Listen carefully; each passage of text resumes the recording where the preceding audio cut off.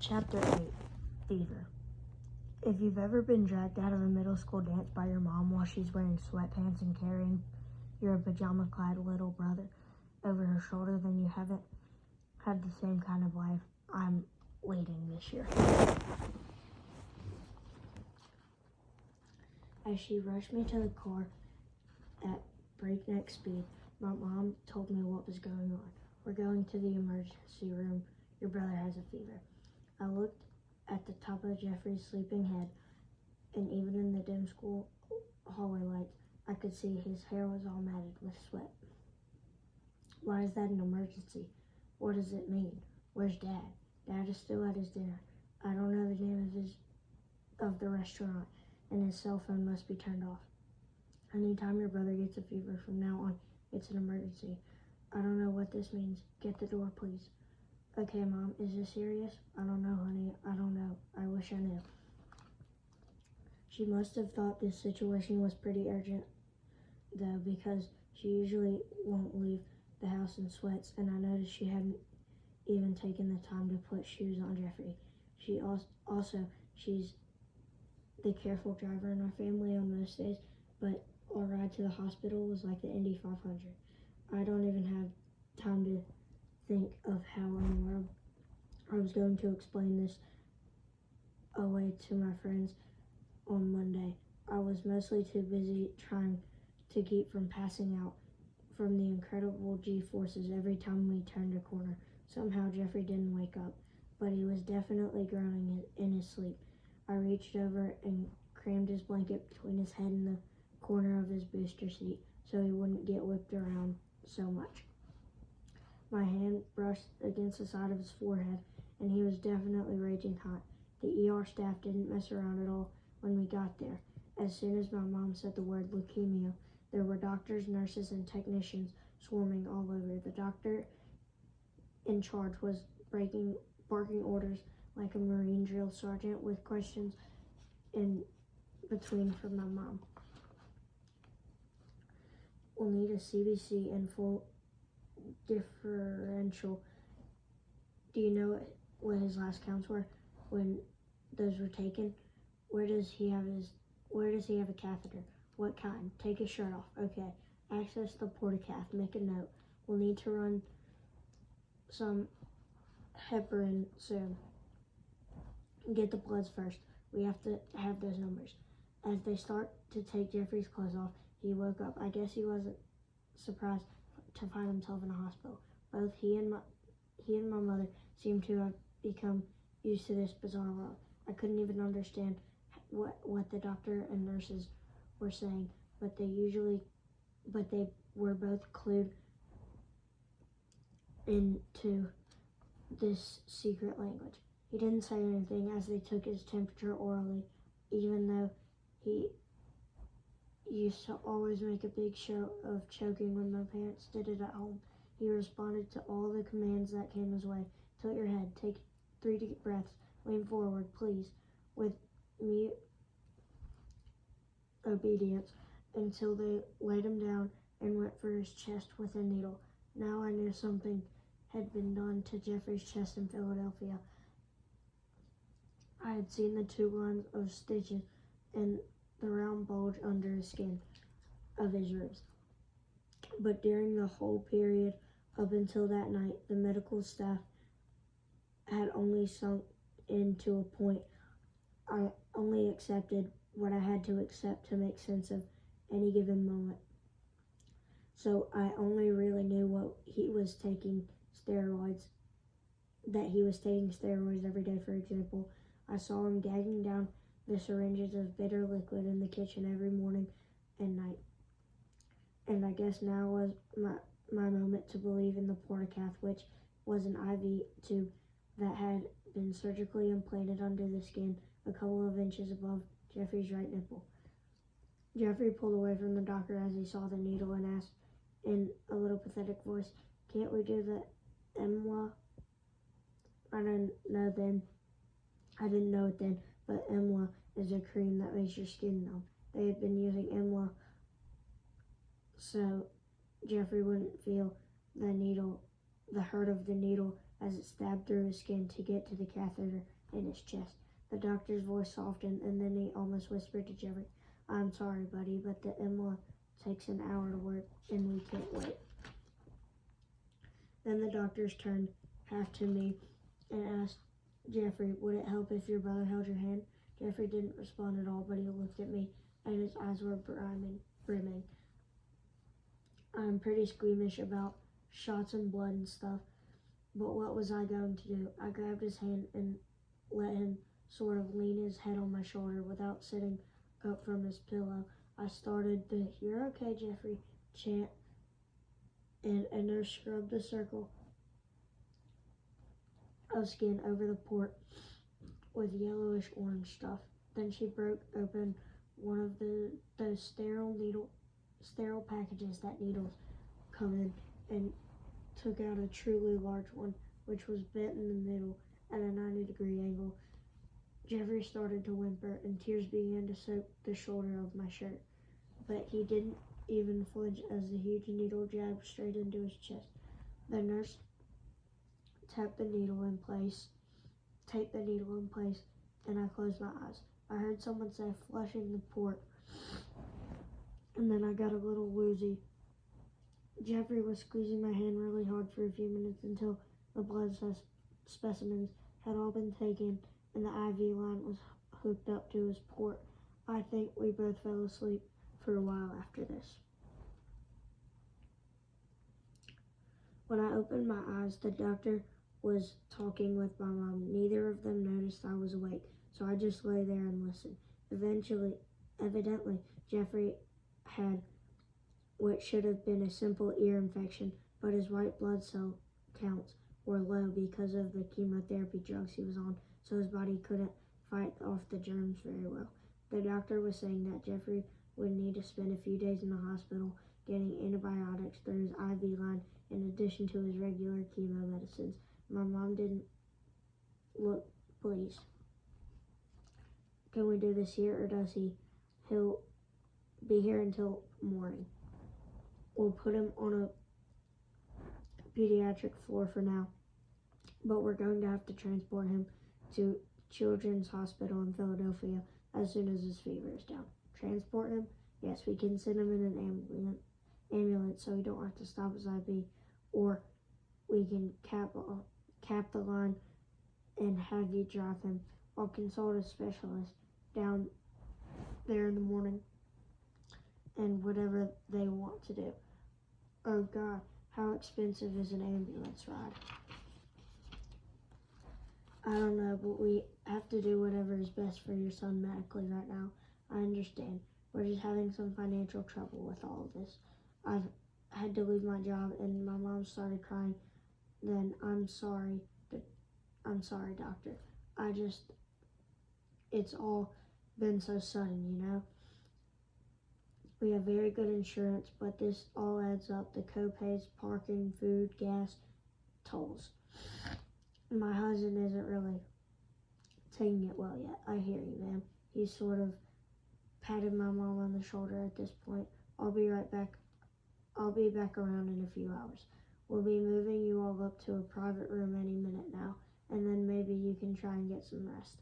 "Yeah, sure." My mom looked tired enough to sleep for a week, but I knew she wasn't going to get any rest. I got out of Jeffrey's bed for the big move upstairs and fell back asleep in a chair by the window of the new room.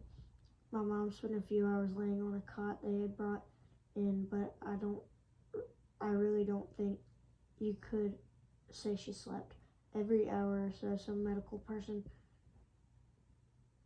or other came in to take Jeffrey's temperature or attach a new bag to his IV, or to do something that would ruin our rest. At 2 a.m., my mom walked out of the room. I wanted to know what was going on, so after a couple minutes, I followed her.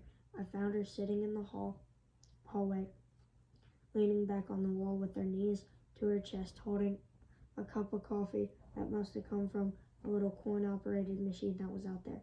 I plopped down next to her. "Hey, Mom, how are you?" "I'm fine, Stephen. I was really worried about your brother last night, but it looks like this is just going to be what life is like for a while. Mom, how long is this all going to last? They're going to run some tests next week. If he's cancer-free by then, he'll still be in treatment for a few years. Then who knows? After 5 years without cancer, he should be totally normal. Mom, what if he's not cancer-free next week? I don't know, Stephen. I just don't know. By the way, I'm sorry we ruined your night. Mom, forget it. It was fine. Oh, really? Fine, was it? Should I storm into your graduation wearing sweats too? Yeah, that would be pretty cool. Maybe you could have your hair up in curlers for extra style points. I might be able to swing that, Stevie. And how about some flip-flops on my feet? Excellent, Mom. That would be excellent. Right there in the hallway, I put my head in her lap. She stroked my hair for a while, and then she sent me back into the room. Get some sleep, pal. At about 5 in the morning, my dad came into the room and shook me awake. I guess my mom had gotten through to him by phone at some point. He put a finger over his lips so I wouldn't make noise and wake Jeffrey. But of course, right when I was about to tiptoe out of the room, the lady came crashing in with a giant breakfast cart. So we had this odd little family conference while Jeffrey attempted to choke down some food. My parents spent a few minutes looking at Jeffrey's hospital chart, worked out the details of what needed to be done if my mom and Jeffrey were going to Philadelphia for a week, and went out into the hall to argue about something. I had a little while alone with Jeffrey.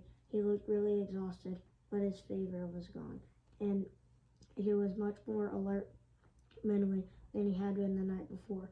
He asked me about my dance. Did you have fun? Did you dance a lot? Did Renee Albert kiss you? Did it feel gross? Get out of here, you little nutball. I'm telling you, I have zero chance of kissing Renee Albert. Zero, zilch, nada. So who did you kiss?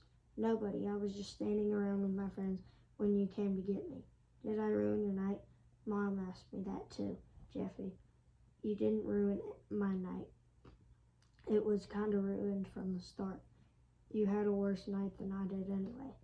Oh well, at least you didn't have to kiss anybody. Yes, Jeffy, that's a big comfort to me. My parents came back in and started to get up and leave. Jeffrey asked me for a big hug, and I gave him one. Take care, Jeffrey. I'll see you soon, right? Just remember not to throw food at nurses. I don't want to get any complaint calls, okay? Steven, I don't throw food at...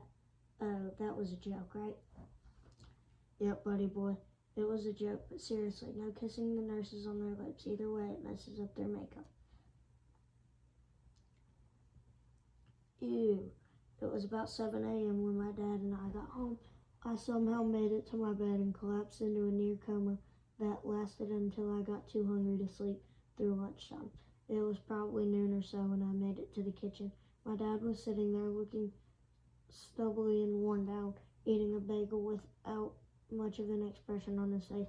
He gave me a tiny nod that was almost businesslike, totally neutral, like he wasn't seeing me. Like he wasn't really seeing me. I got out cereal and milk, and it was so quiet between us that I was getting grossed out by our distinct sounds of food chewing processed. As soon as I finished, I went downstairs to play the drums and play the drums.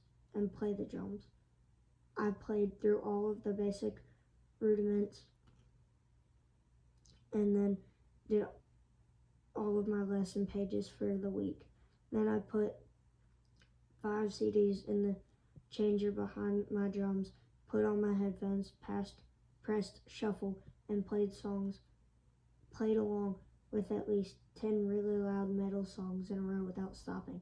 I looked up in the middle of a Led Zeppelin drum solo, and my dad was sitting on the beat-up old couch about 8 feet in front of my bass drum because he startled me pretty badly, and because I figured he was probably about 43% deaf if he had been sitting there for a while, I jumped up and whipped off those headphones. Hi Dad, I just got the call from your mother. They're taking Jeffrey to the hospital in Philadelphia in about 2 hours. She wants us to get his stuff together for him. Do you know what toys and clothes he likes? Can you help me? My dad looked ashamed, like he had asked me to steal him a bottle of Jack Daniels or something. Sure, Dad. Hey, you've been down here playing for a while now. Are you alright?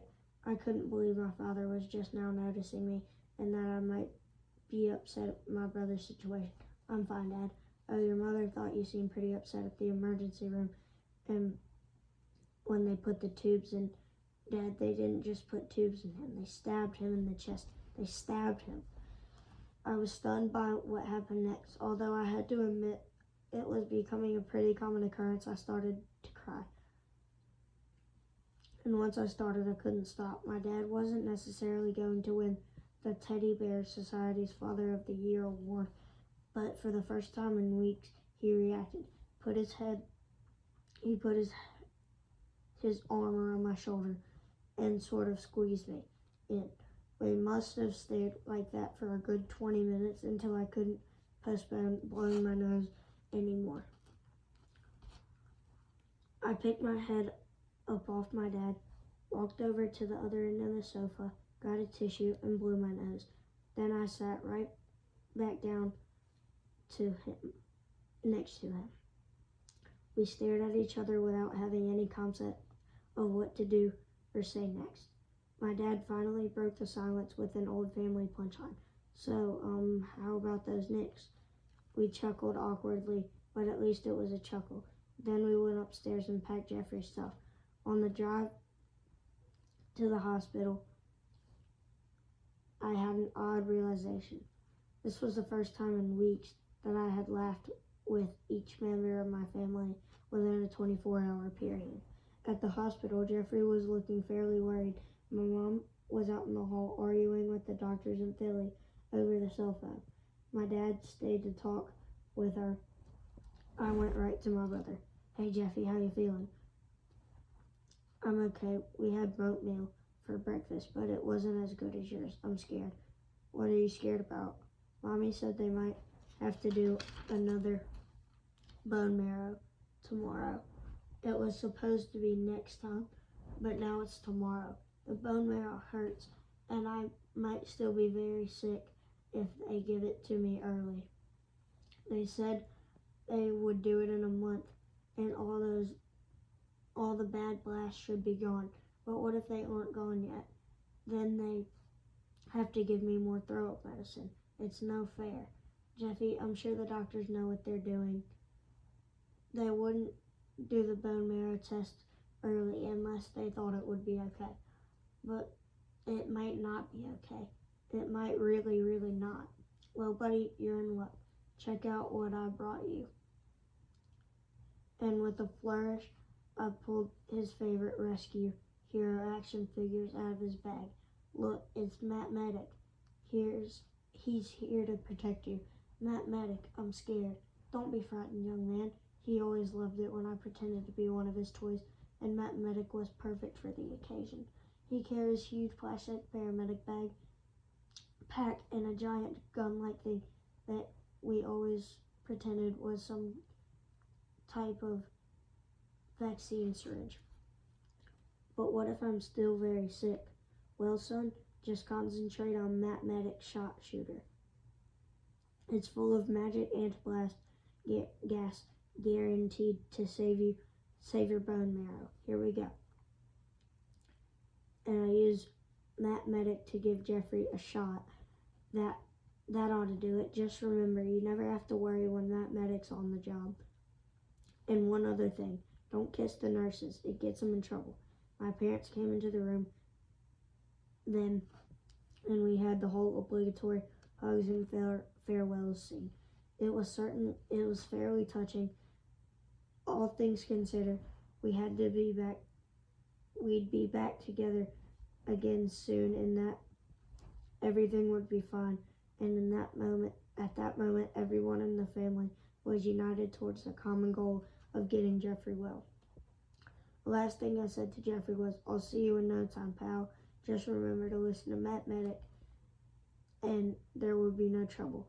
As things would turn out, though, there would be a lot more of both time and trouble before we were all in one room again.